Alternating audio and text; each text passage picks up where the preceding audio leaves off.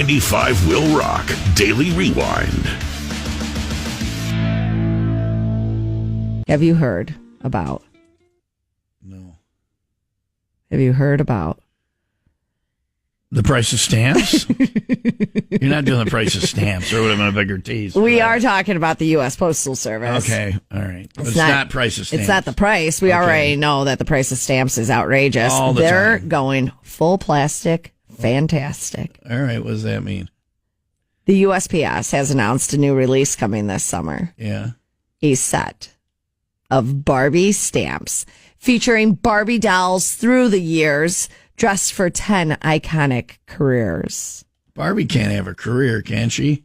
Why not? She's a girl. She's a girl, yeah. What are you doing? Next, you're going to let them train horses for the Kentucky Derby. It's a Barbie. They're going and playing dress up, obviously. Oh, they're pretending they can do things. Look at me. I'm a doctor. I'm a race car driver, whatever. Okay. All right. You're pretending that girls can do those things. All right. I'm looking at this. Look at me. I'm Barbie. I'm an astronaut. Okay. Astronaut is on there. Firefighter. You can't send a girl into space. Surgeon. What happens when she wants to do girl things like makeup and, tea party and stuff? Right. You can't be doing that in space. Well, yeah. Surgeon. You got that plastic bubble thing over your head. How do you do your makeup? Some would call that a helmet with a face shield. But, yeah, how do you do your makeup? You can't be an astronaut and be a girl. Tom, Barbie has represented over 250 careers and counting. Right. It's because it's pretend, though, right? All right. Well, and so what is this story? They're doing what? They are coming out with... All right. All right. Sounds good. Oh, you didn't say what it is. I didn't even say what it is. Isn't that cute? Barbie stamps featuring all the Barbies through the years. Okay. All right. At least they're not boring stamps we're paying an arm and a leg for. Right. That's my concern, is that my stamps aren't exciting enough. Often I'll be like, I was going to mail something, but these stamps are also very boring. So, all right. How about Barbie makes a sandwich on a stamp? Okay, let's...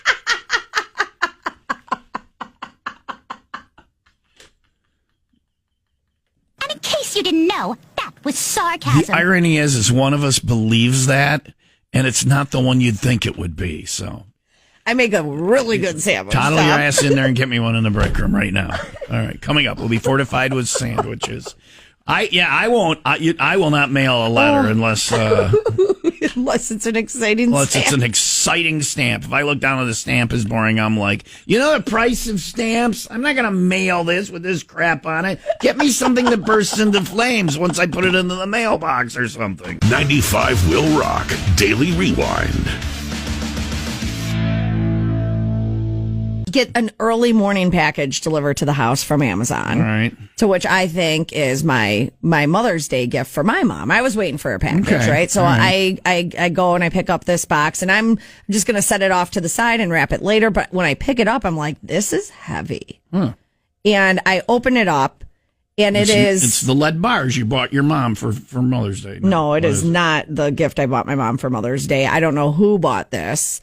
I text the people that could have possibly bought this and said, somebody sent you a package?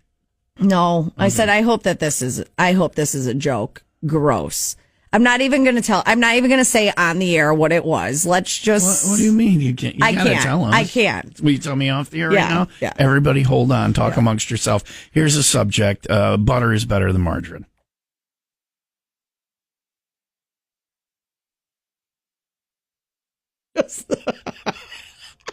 Yeah, probably don't say that on the air, especially the part where you added the verb at the end. And Amazon sells those? Apparently. So it's the kind of thing I would want to buy in person. I wouldn't trust an online sale. Yeah. Also, I would go to. I gotta think they don't have those at In the Garden of Eden. Maybe Temptations along the frontage road in Kenosha. But could you imagine?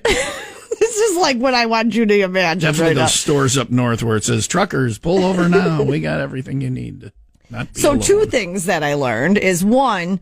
Did it have, who was it? It was delivered to your house. Did it have a name on it? Did not have a name on it. Did not have a name on it. Don't open anything that doesn't have a name on it. There's your lesson. Or maybe do, because I almost wrapped that up and gave it to my mom for Mother's Day. You would have given your mom.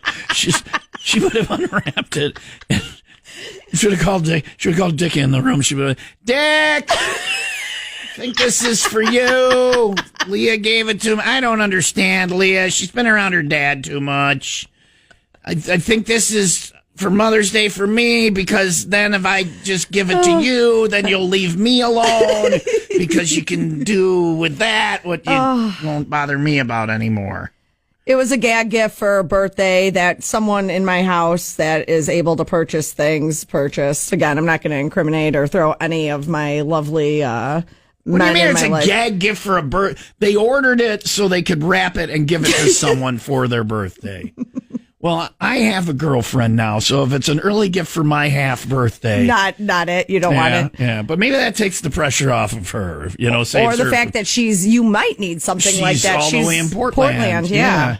So she's in Hawaii now. So can I borrow it before you guys wrap it? No, to give it to it is gone. It is since left the household. Well, you missed the main point that you should have said back to me. That's really a one-user item. Oh, okay, we don't.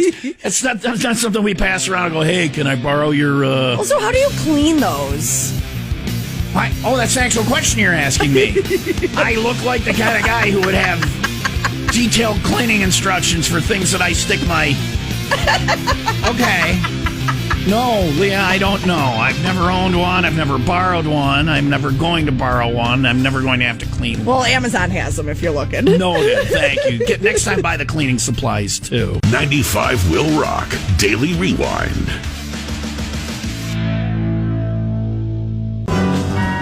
All right, so I like to think that in stressful situations, I keep my wits about me. I've been told that I have by people that I don't panic, and I also like to think that presented with certain situations, I would step up and do the right thing. Yeah. Do the thing that had to be done, even though it was scary or whatever. I like to think I'm positive I would, but until it actually happens, you don't know. You don't know.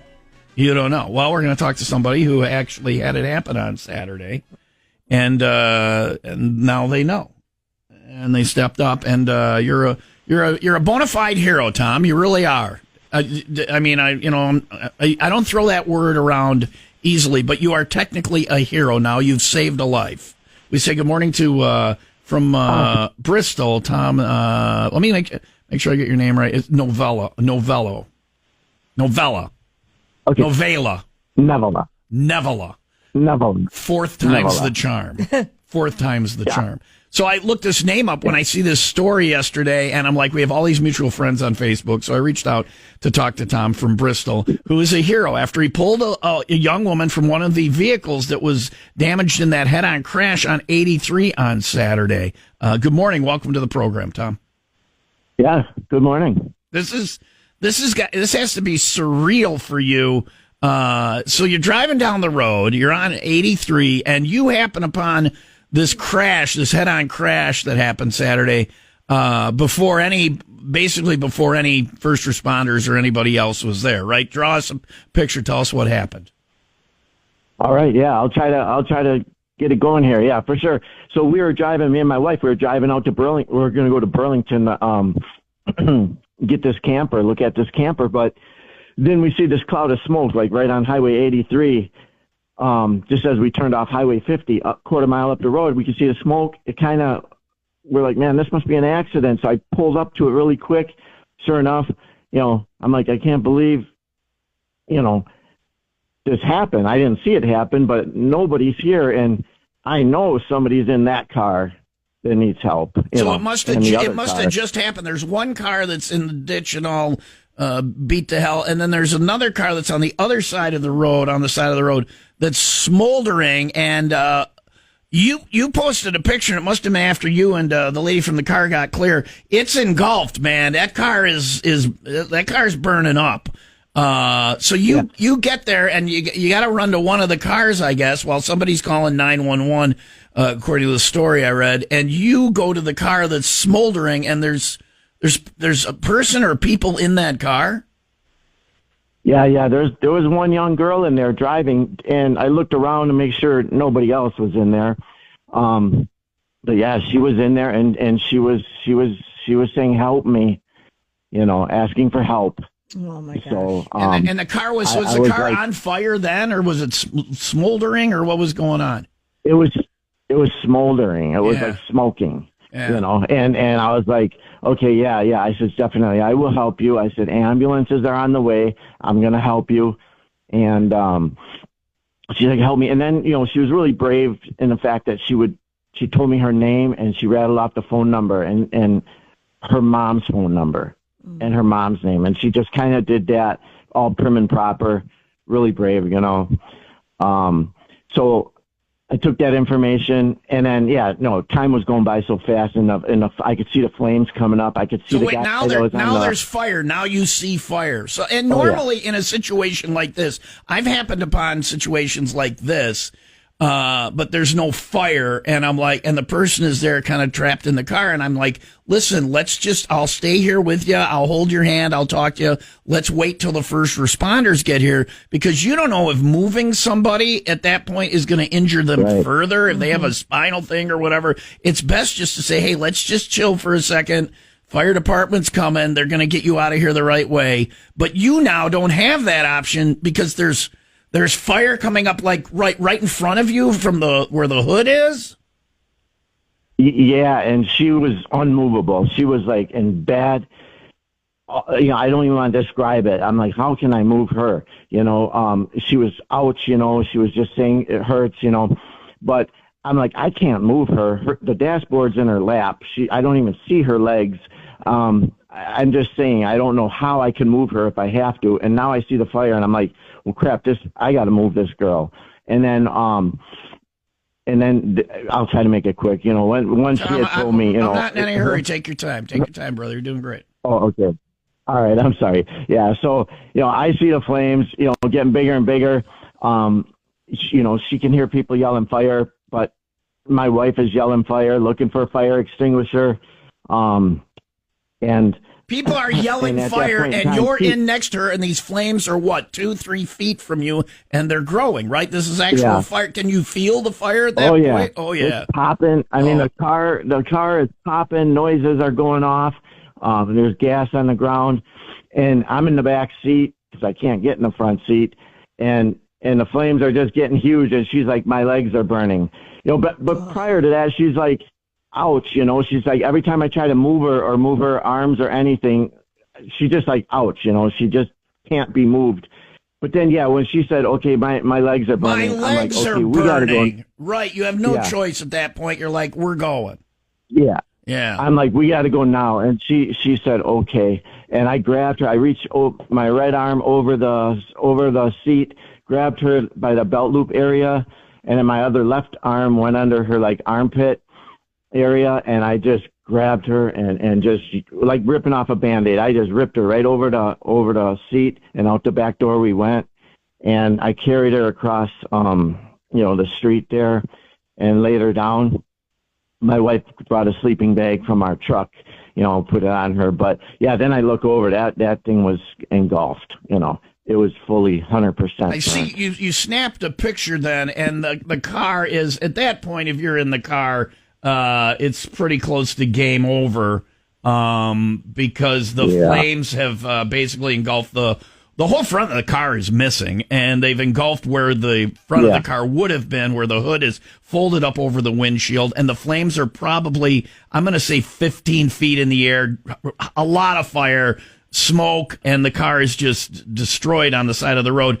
And you're across the street with this picture. I can see the sleeping bag that she must be, you know, covered by or whatever. You're right across the street. Yeah.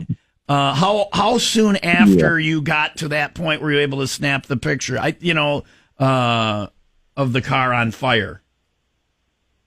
As soon as we covered her up, we're at a point there where there's not a whole lot I can do. So I would say, within the minute, within the minute. So I really a minute don't ago, know for sure, but in this picture, a minute ago, her and you were in the burning car, and instead of saying, F it, I gotta go, I don't want to catch on fire, let alone, you know, get engulfed, and you're like, screw it, I'm staying, I'm pulling you out of this burning car, and pulling you to safety. Were you calculating in your mind? Like, I got to think in the back of my head there'd be something running. Like at a certain point, I got a dip. I'm out of here. I can't help her. If you can't get her out of there, because extricating people from these vehicles. The other people, it took like almost an hour to get them out of the vehicle with heavy equipment. You're like, no, I'm pulling her out. Were you beginning to contemplate, like, I'm going to have to give up at some point, or as flames are coming at you? Yeah. Yeah, no, I was thinking about it. I'm like, at some point, I'm like, okay, I'm ripping her out of here. You know, I didn't want to move her or hurt her. You know, I know you're not supposed to do that, but with fire and stuff like that, no, I'm not letting nobody burn. So I said, I don't care if I rip her legs off. I'm ripping her out of this car. Yeah. You know, and if it blows up in my face, I don't care. You know, I've lived plenty long. I've had a good life, not a problem. But I needed to get her out at any rate. I wasn't afraid, you know. I've lived pleny long. I've had a good life. I'm getting her out. There are people who would not run, you know, and stay in a burning car, Tom. So you're a hero. Yeah. You're a hero. And I wonder, I think to myself, I would do exactly what you did given that situation. I truly believe I would. But also I know that until you're in the situation where the flames are burning the person that you're trying to pull out of the burning car, you don't know what you do. So now, so you got her off to the side of the road and the car is on fire and the other car is there, and I'm assuming other people are showing up to help. How long before the rescue people got there? Really quickly, from what I've been told, but the car was fully engulfed when they got there, right? Yeah, it was fully engulfed. We're, you know, no time to wait for any help, you know. But yeah, how quickly did they come? I'd have to say within, you know, 5 minutes or so. We were just laying on the side of the road there, just waiting. It was a waiting game at that point. Yeah. And then, you know, I'd say within 5 minutes, you know, it was pretty quick. We're not too far off Highway 50 at that point. But, yeah, they showed up, and then they kind of took over, you know, the rescue efforts. And the other car, I know somebody was helping two girls of a young age, you know, out of that car as well. But, of course, my mind was preoccupied. I really don't have any information on the other car.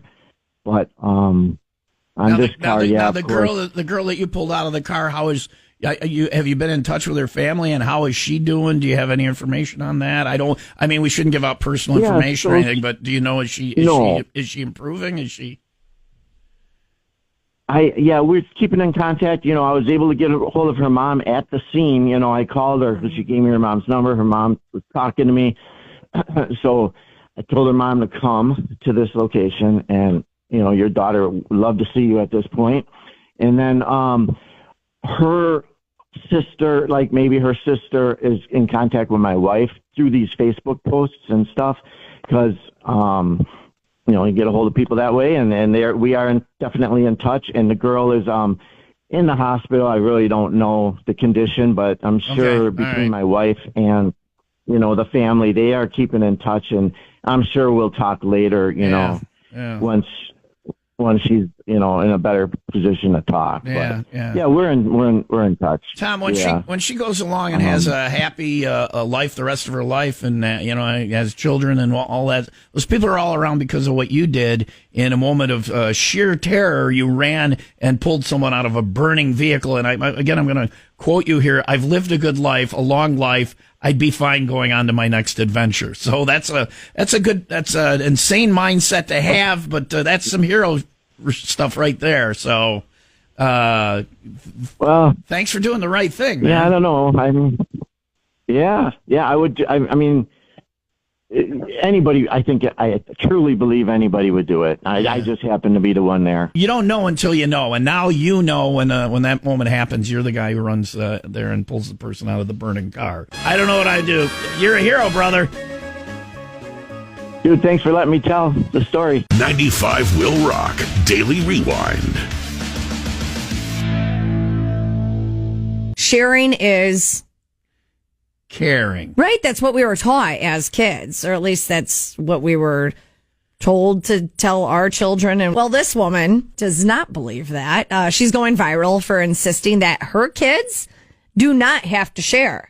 Here is her explaining her anti-sharing take. I never, ever will make my kids share their stuff that they brought with another child. Number one, you should have brought your own. Number two, that's their toy. They don't have to share with you. Number three, you don't have to do something just because somebody asks. I think especially for women, that is like really important to learn. Now, if my kids want to share, Yeah, sure. Go along for it. Now, if you're coming over to our house to play for a play date, that's very different, right? Because we're welcoming them into our space. Okay. But if we're out and about, my kid doesn't want to share her doll with your kid. She doesn't have to. You're raising assholes. Things are not going to go well for them later in life. You are raising assholes. And then she brought in the whole Me Too thing. Can we not fold into, and for women, it's okay, I'm at the Baptist, little Tommy was not saying to the girls, well, if you give a little up, maybe you get some candy or whatever. Gal, like, you could really go. She folded Me Too into that. She did, yeah. That's a completely different topic. Yeah. And obviously women, girls, lady, whoever should not be. We're talking about sharing objects and things of value. Barbies and cars. We're not talking about sharing their loins, all right? That's a completely different topic. Yeah. Let's not convolute.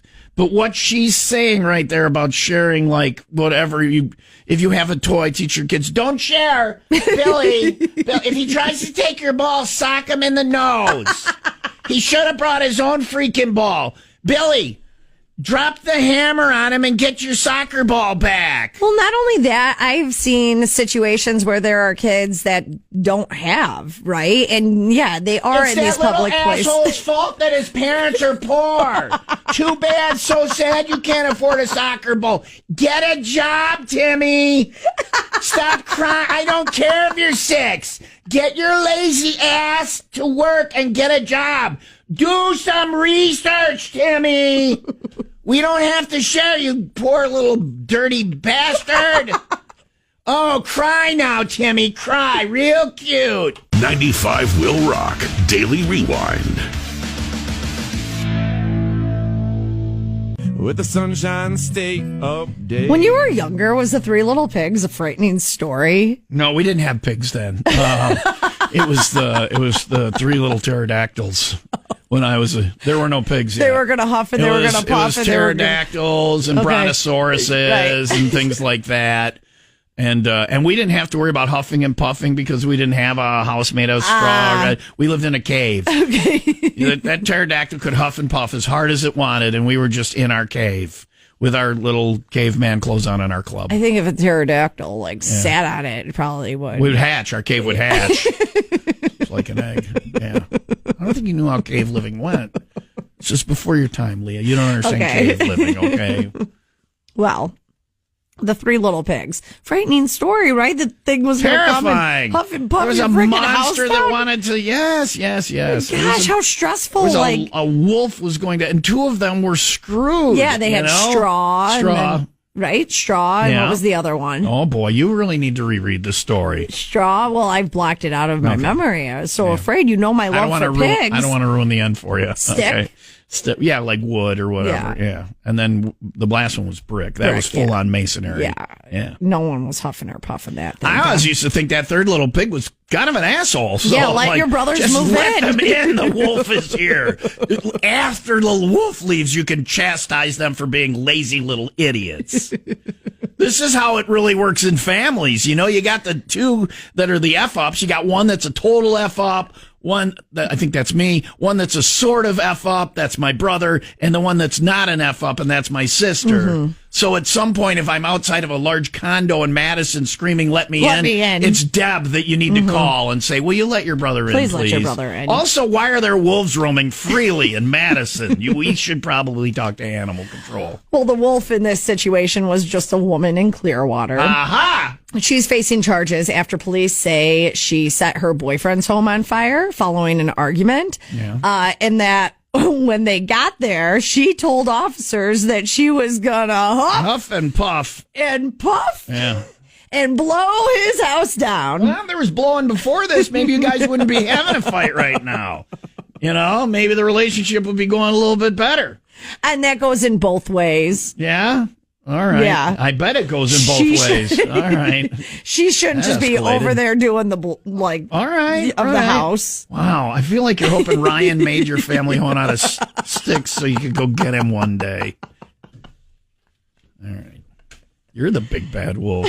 You're over here going, he deserved to have the house blown down if he wasn't taking care of her. All right. All right. What else? Anything else? You seem very angry. just sticking up for my but you're fellow lady. You understand we're doing the Three Little Pigs and you're siding with the big bad wolf. Sometimes people deserve to have their house blown down. Bad is his middle name. All right. Sometimes you deserve to have your house blown down. 95 Will Rock Daily Rewind.